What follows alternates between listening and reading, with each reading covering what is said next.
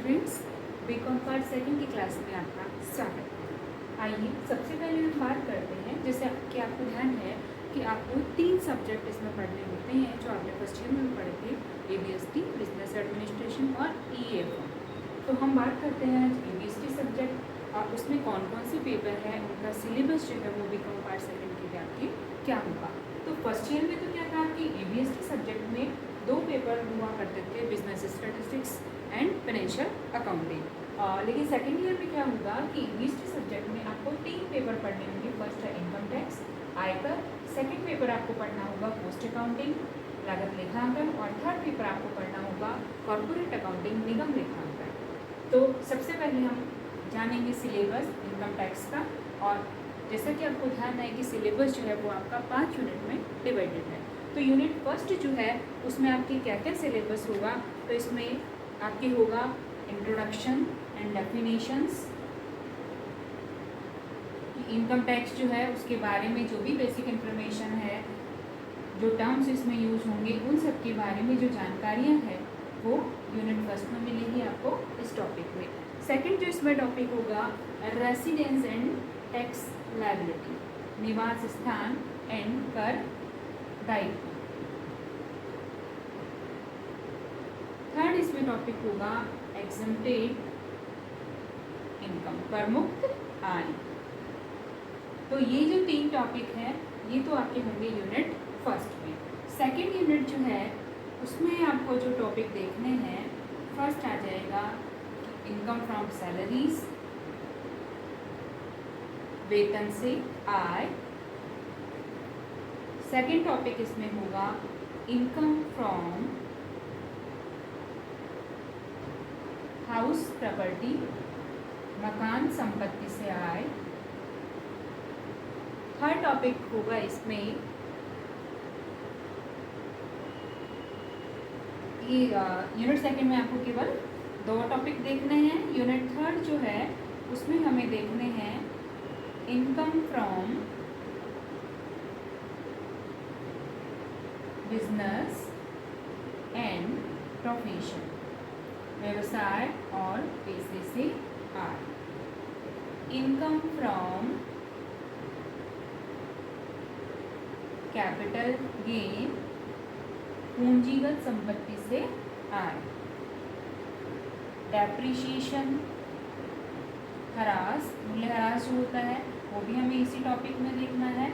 और इसमें एक और चीज़ हमें देखनी है इनकम फ्रॉम अदर सोर्सेस, अन्य साधनों से आय।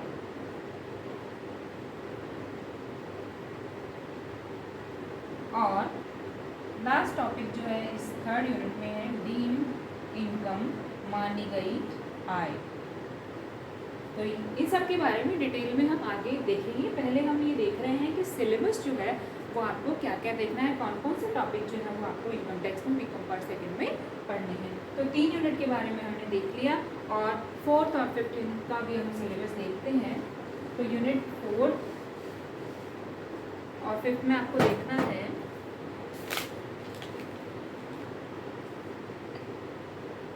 यूनिट 4 है, उसमें हम देखेंगे loss, set of and carry forward, जो हानियां हैं उनको सेट ऑफ करना और उनको आगे ले जाना।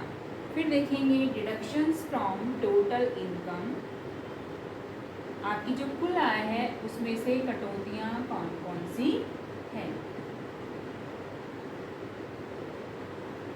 नेक्स्ट जो है इसमें हम देखेंगे कि टैक्स की रेट्स क्या हैं, रिबेट्स हमें कितना मिलेगा।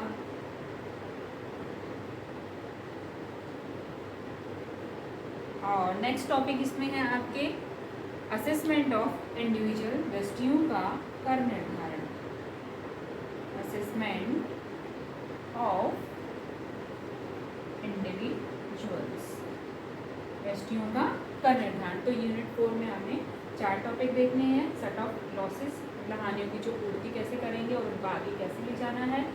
जो आपकी कुल आय है उसमें से कटौतियाँ कौन कौन सी है, टैक्स की रेट्स जो है, कर की दरें कौन सी है, कितनी हमें छूट मिलेगी, रिबेट कितनी मिलेगी, और जो वेस्टी हैं उनका कर निर्धारण जो है वो कैसे होगा। फिर हम देखते हैं यूनिट 5 जो है उसमें क्या क्या चीज़ें हैं। तो यूनिट 5 में हम देखेंगे असेसमेंट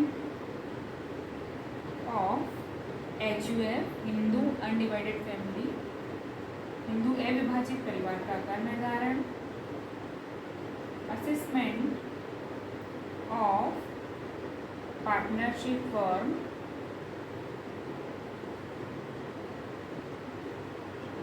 जो साझेदारी संस्था है उसका कर निर्धारण कैसे होगा।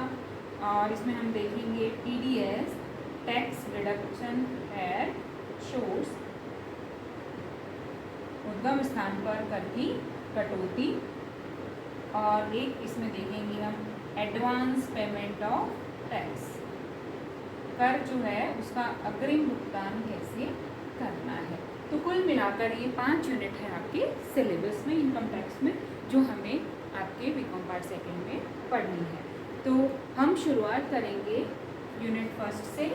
और यूनिट 1 में भी हमारे जो सबसे पहला टॉपिक था डेफिनेशंस और इंट्रोडक्शन जो था उसके बारे में। फिर फर्स्ट जो है डेफिनेशंस एंड इंट्रोडक्शन जो है परिचय और परिभाषाएं।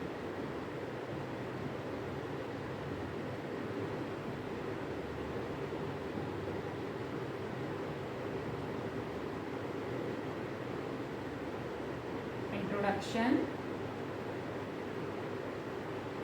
And definitions.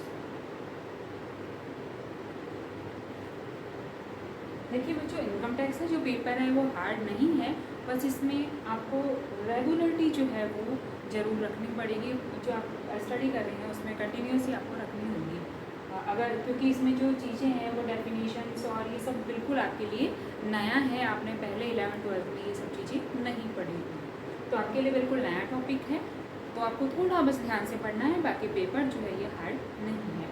तो आइए हम शुरुआत करते हैं इनकम टैक्स क्या है उसके बारे में, और उसमें जो टर्म्स यूज होते हैं उनके डेफिनेशंस क्या है। तो सबसे पहले हम बात करते हैं इनकम टैक्स, आय कर। तो जैसा कि शब्द है आय कर, तो सरकार के द्वारा आपने जो आय कमाई है उस पर लगने वाला जो कर है वो आय कर है। अब देखिए 2 तरीके के कर होते हैं, एक होता है डायरेक्ट टैक्स प्रत्यक्ष कर, और एक होता है इनडायरेक्ट टैक्स अप्रत्यक्ष कर।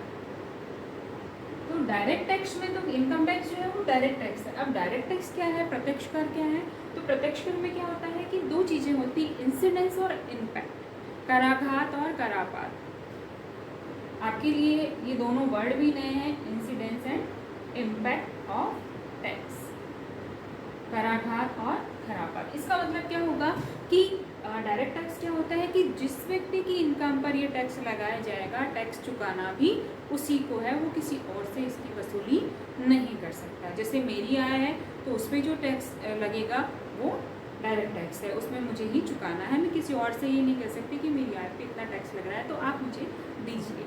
और इनडायरेक्ट टैक्स में क्या होगा कि इंसिडेंस और इम्पैक्ट जो है वो दोनों अलग अलग पर्सन पे पड़ते हैं। जैसे मान लीजिए आप कोई भी प्रोडक्ट मार्केट में ख़रीदने जाते हैं तो आपने देखा होगा कि जैसे मान लीजिए ये मार्कर भी है, तो कोई भी हो सकता है, तो उसमें क्या होता है कि MRP लिखी होती है और इसके साथ ब्रैकेट में आपने देखा होगा INCL dot of all taxes including all taxes.